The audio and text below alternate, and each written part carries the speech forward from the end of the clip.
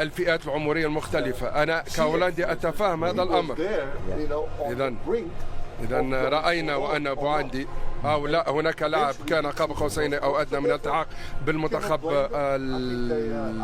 الهولندي، أتفهم هذا الأمر، والطريقة التي يلعب بها المنتخب المغربي تغري كل لاعب. يحتل المركز السادس وقدم في السنوات الأخيرة مشروع رياضي حقيقي وهو يجني الثمار. سأعود معك إلى الأمور التحليلية ونعرض الأهداف التي استقبلها المنتخب الهولندي من العرضيات. إن كان هذا الإقصاء سيتحمله أحد ما، لاعبون، جهاز فني، من برأيك في المباريات الثلاث؟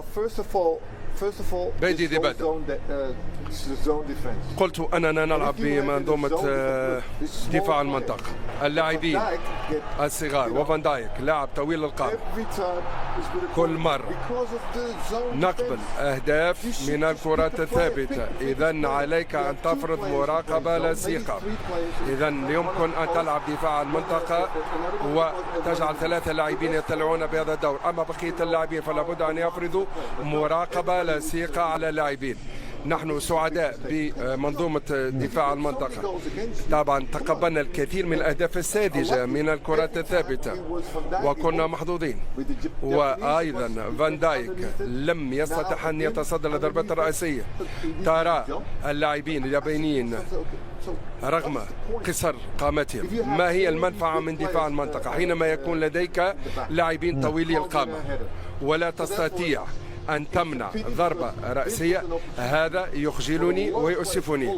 طبعا الفرصة كانت متاحة للكثير من اللاعبين لكي يتألقوا.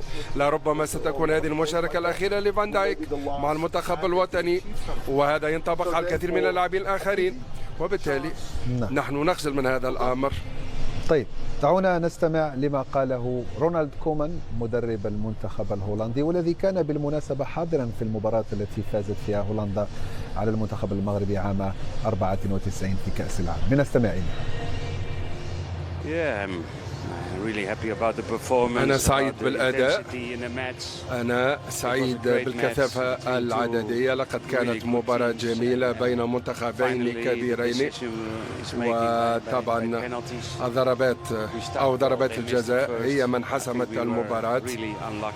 لم يحالفنا الحظ في ركلة الجزاء الثانية. حارس مرمانا تصدى ثم ولجت الكرة الشباك. كانت وضعية صعبة بالنسبة لنا في الركلات الترجيحية.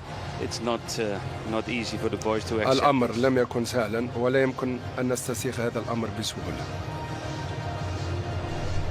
هذا هو رونالد كومان، الحسرة واضحة على محياه، وهذا طبيعي. مغادرة كأس العالم من دور 32 أول أدوار خروج المغلوب. نعود إليك كابتن يوسف، هل ترى أنه الآن من المفترض أن تكون هذه المباراة، هذا التأهل أمام منتخب بقيمة هولندا، نقطة تحول جديدة في هذا المنتخب المتغير المتحول بهوية هجومية أخرى؟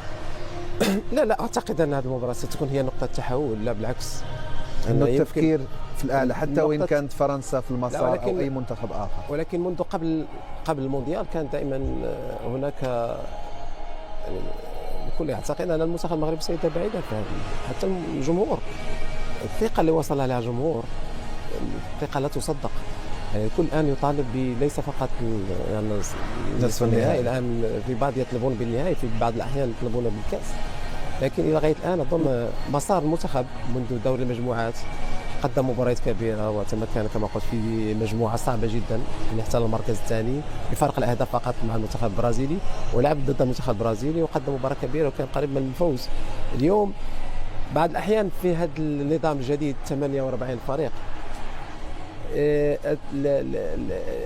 وهو المواجهات خصوصا في الدور 32 لا تكون منصفة. صحيح، لأن شهد العديد من المنتخبات احتلت المركز الثالث. صحيح، وكانت وجاءتها في الدور 16 الدور 32 يعني مباريات نسبيا سهلة، المغرب لا، مع هولندا، لانه العشر الاوائل في الترتيب تصنيف. نفس الشيء بالنسبه لي كذلك للبرازيل مع اليابان. بالتالي وحتى في المسار نعم مسار صعب نعم يجب مراجعه هذا يعني النظام. نعم. لكن كما قلت مباراة تفوز في مباراة مثل هذه أكيد تعطيك ثقة أكثر. تفوز على منتخب كبير كمنتخب هولندا. الآن عندك دور 16 المباراة المقبلة مع كندا. العديد من الإيجابيات كما قلت في مثل هذه المباريات، ويكون المباراة تختلف عن المباراة وتختلف عن الأخرى. طريقة لعب أسلوب اليوم الطريقة اللي لعبنا بها يمكن في الشوط الأول كنا متحفظين بعض الشيء، لم نكن نلعب بضغط عالي وما كنا لكن كنا نخلق فرص. لكن الشوط الثاني شاهدنا بالعكس فريق اخر نفس الاسلوب اللي كنا نلعب فيه في المباريات الاخيره، وهذا هو اسلوبنا. يجب ان نحتفظ دائما باسلوبنا، نلعب باسلوبنا دائما، وفي عمليه الضغط السيطره على وسط الملعب، ودائما خلق فرص. ودائما اقولها دائما نخلق فرص كثيره، يجب استغلال الفرص. مثل مع منتخبات كبيره ربما لا تاتيك فرص مثل التي اتيحت. شيء اخر ان البدلاء دائما يعطوك الاضافه، وبعض اللاعبين انا ما تكونش قاسي عليهم جدا. نعم ابراهيم لاعب كبير ولاعب ممتاز وممكن ان يعود، ومحتاجين له الفريق ومحتاجين له نحن كجمهور طبعا لمساعده الفريق.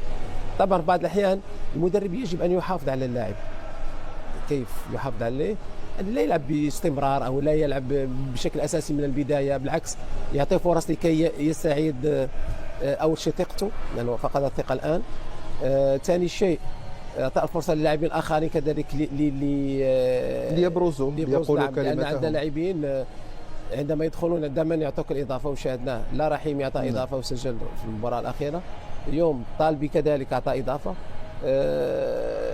جاسم المباراه الاخيره سجل هدف واعطى اضافه. حتى اليوم عندما دخل كان مميز ولعب كرات وقطع العديد من الكرات.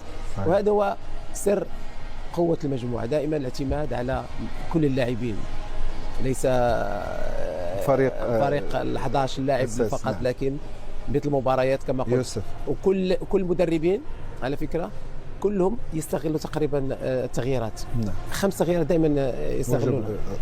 استغلالها. انت عزيز وغالي دعونا نستمع مشاهدينا ونرى بطبيعة الحال ونستمتع بالاجواء، اجواء الفرحة في العاصمة الرباط.